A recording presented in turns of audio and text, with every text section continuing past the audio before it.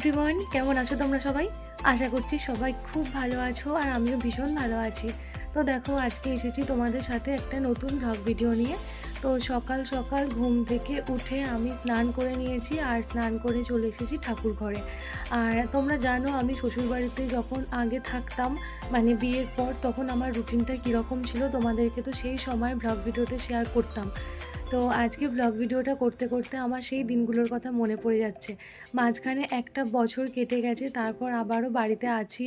মানে বাড়িতে থেকেছি, কিন্তু এরকমভাবে রেগুলার কাজ সেরকমভাবে নিয়মমাফিক হতো না।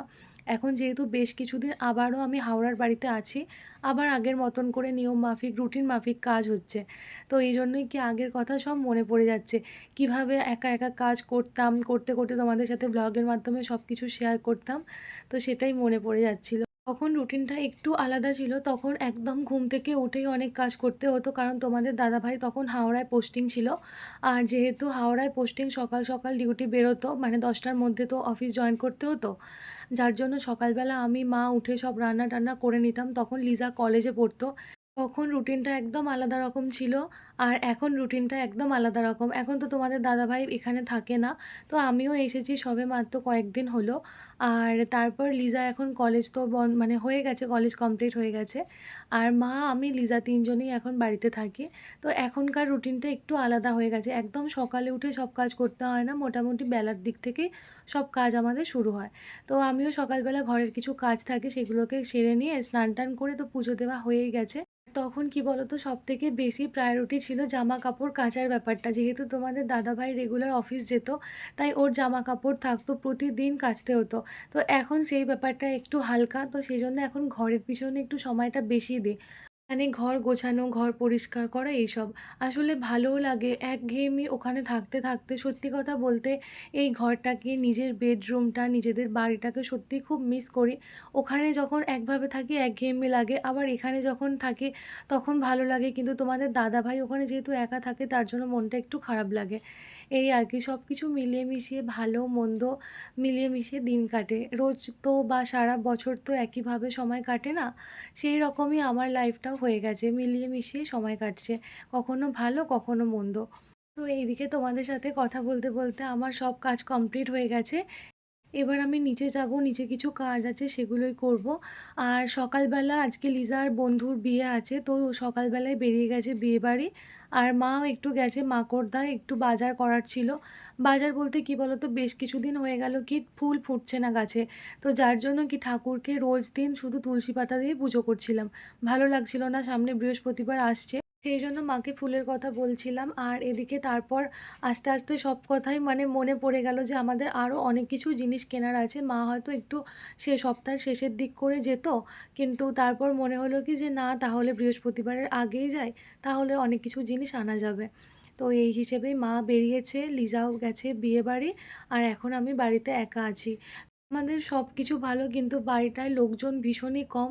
তো একটু একজন দুজনও যদি বাড়ি থেকে বেরিয়ে যায়, পুরো বাড়িটা ফাঁকা হয়ে যায়। তাও এখন আমি এসেছি বলে তাও বাড়িটাতে মনে হচ্ছে একটা হলেও লোক বেশি আছে। যখন আমরা থাকি না, তখন মা, লিজা দুজনেই থাকে। তো বাড়িটা একদম ফাঁকা ফাঁকা লাগে। আর দেখো, খাওয়া হয়ে গেছে, বসে বসে কি করব, অনেকগুলো বিয়ের কার্ড জমা হয়েছিল, তো সেগুলোকেই দেখছিলাম। আসলে দেখা হয়নি সব সময়। আর প্রতিবার যখন আসি তো একদমই সময় থাকে না হাতে, খুব অল্প সময় থাকে। বাইরে সব কাজ কমপ্লিট করতে করতে আমাদের সময় চলে যায়। আর আলাদাভাবে বিয়ের কার্ড দেখার মতো সময় হয় না। তো আজকে সব কটাকে নিয়ে বসেছি, তাও আমার বোনের বিয়ে আসছে সামনেই। মাও, মাও, তুই সাড়া দিচ্ছিস আমাকে, লেজ নাড়িয়ে? কানগুলোকে খাড়া করে রেখেছে, কি বলছি ও শুনছে, সব কথা শুনছে। মাও, তোর বন্ধু কোথায় গেল আর একজন? ভালো লাগছে না, একা একা ঘরের মধ্যে বসে আছি, কেউ নেই। লিজা তো গেছে বিয়ে বাড়ি বললাম। আর মা গেছে একটু মাকড়দায়, এসে যাবে কিছুক্ষণের মধ্যেই। তো খাওয়া দাওয়া হয়ে গেছে, সব কাজ কর্ম হয়ে গেছে, এখন চুপচাপ বসে আছি, কোনো কাজ নেই। মা আসুক, তারপর সব কিছু আবার কাজ করবো। তো তো যাই হোক, চলো তোমরা ভিডিওটা কন্টিনিউ দেখতে থাকো। আর দেখো মা এসে গেছে। মা যখন নিচের দিয়ে আসে তখন সব পাড়ার কুকুরগুলো একদম মানে মায়ের সামনে চলে এসেছে। তো সেজন্য মা মানে খাবার চাইছে আর কি। এই জন্য মা ওপরে এসেই আগে ওদেরকে খেতে দিচ্ছে। দেখো এই যে ওপর থেকেই দিচ্ছে।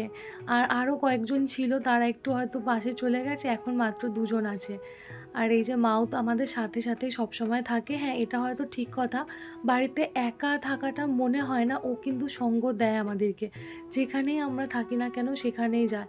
আর যখন তোমাদের দাদাভাই আসে তখন আমরা একটু ছাদে যাই, তো ও সাথে সাথে ছাদে যায়। এমনি সময় ছাদে যায় না সেরকমভাবে, কিন্তু আমি তোমাদের দাদাভাই যখন ছাদে যাই তখন ও আমাদের সাথে যায়। আর এই যে দেখো আমাদের বাড়ির সামনেটা পুরো কারখানায় ভর্তি। আর যার জন্য কি হয়, ঘর বাড়ি এত ধুলো হয় না, কি বলবো, সবসময় আওয়াজ হতে থাকে। প্রথম একটু অসুবিধা হতো, যে মনে হতো সবসময় কলকারখানার আওয়াজ। আস্তে আস্তে সয়ে গেছে। মানে বিয়ের পর প্রথম ভাবতাম এত আওয়াজ হচ্ছে, কিভাবে কি থাকবো। এখন আর কিছু মনে হয় না। আর এই যে দেখো মা কত কিছু কিনে নিয়ে এসেছে, সেগুলোই দেখাচ্ছিল। আসলে সামনের সপ্তাহে কি আমার ভাগনার, মানে আমার হাজব্যান্ডের ভাগনার অন্নপ্রাশন আছে। তো যেহেতু এটা মামার বাড়ি হয়, মামার বাড়ি থেকে কিছু কিছু জিনিস তো দেওয়া লাগে। তো সেই জিনিসগুলোই মা একবারই কিনে নিয়ে এলো। ভাবলো কি একবার মাকড়দা গেছি তো সব জিনিস নিয়ে আসি। তো বাজার দোকান সব কিছু করে একবারে এসেছে। এগুলো ছাড়াও আরও অনেক জিনিস লাগে, সেগুলো তোমাদের দাদাভাই এলে আমি যাব হয়তো কিনতে একসাথে। মা বেনে মশলা যা লাগে সেই সব জিনিসগুলো নিয়ে এসেছে। আর এদিকে এনাকে দেখো, বাড়িতে চিংড়ি মাছ এসেছে আর ও প্রথম খাবে না, সেটা হতেই পারে না। আমাদের বাড়িতে কোনো দিনও চিংড়ি মাছ আমরা কোনো দিনও আগে খেতে পাই না। কিনে নিয়ে আসার সাথে সাথে আগে ওকে দিতে হয়, নয়তো একদম সাইড থেকে যাবেই না, সব সময় মায়ের কাছে বসেই থাকবে এরকমভাবে। ওর খাওয়া হবে, পেট ভরবে, তবে ও যাবে। তো মা এসে কয়েকটা ওকে দিয়েছে, ও বসে বসে খাচ্ছে, তারপর খাওয়া হয়ে গেছে বলে মুখের দিকে তাকিয়ে বসে আছে। আসলে মাওয়ের খাওয়ার অনেক বিচার, ও সব কিছু খায় না। মানে বিড়াল দুধ খায় না, আমি হয়তো প্রথম এই বাড়িতে এসেই জেনেছিলাম। মাও একদম দুধ খেতে চায় না, ওকে বকে ঝোঁকে দুধ খাওয়াতে হয়, এরকম ব্যাপার। দুধ ভাত তো খায় না, মাছটা খুব কম খায়, সব মাছ খায় না। ইলিশ মাছ আর চিংড়ি মাছটাও বেশি পছন্দ করে। আর তারপর ভাতটা একদমই খায় না, উইস্ক্যাস খায়। কিছু না খেলে তো শরীর খারাপ করবে, যার জন্য শুধু উইস্ক্যাসটাই ভালোভাবে খায়, আর সেরকমভাবে কিছুই খায় না। আর এদিকে দেখো মা বাজার থেকে নিয়ে এসেছে, কাতলা মাছ নিয়ে এসেছে আর চিংড়ি মাছ নিয়ে এসেছে। যেহেতু আমরা তিনজন আছি, বেশ কয়েকদিন চলে যাবে, এর মধ্যে আবার বিয়েবাড়িও আছে। তো সব কিছু মিলিয়ে মিশিয়ে হবে। আর কি বলো তো, সত্যি কথা বলতে কি, মেয়েদের বাজার যেতে একটু সমস্যা তো হয়, কিন্তু আমাদের এমনই পজিশান, তো মানে মা বাজার না গেলে হবেই না। বাজার আসে, বাড়ির সামনে আসে, কিন্তু সব জিনিসটা থাকে না। আর ওই যে বললাম কিছু কিছু জিনিস কেনার ছিল, সেই জন্যই মা যেহেতু বাজার গেছে, বাজার থেকে ভালো মাছটাও পাওয়া যায়, সবজিও বেশ ভালো পাওয়া যায়, এই জন্য সব কিছু নিয়ে আসে। নয়তো সত্যি কথা বলতে এই কাজগুলো ছেলেরাই বেশি ভালো পারে। মেয়েদের যাওয়ার কথা না, কিন্তু বাড়ির পরিস্থিতি অনুযায়ী কিছু কিছু কাজ করতে হয়।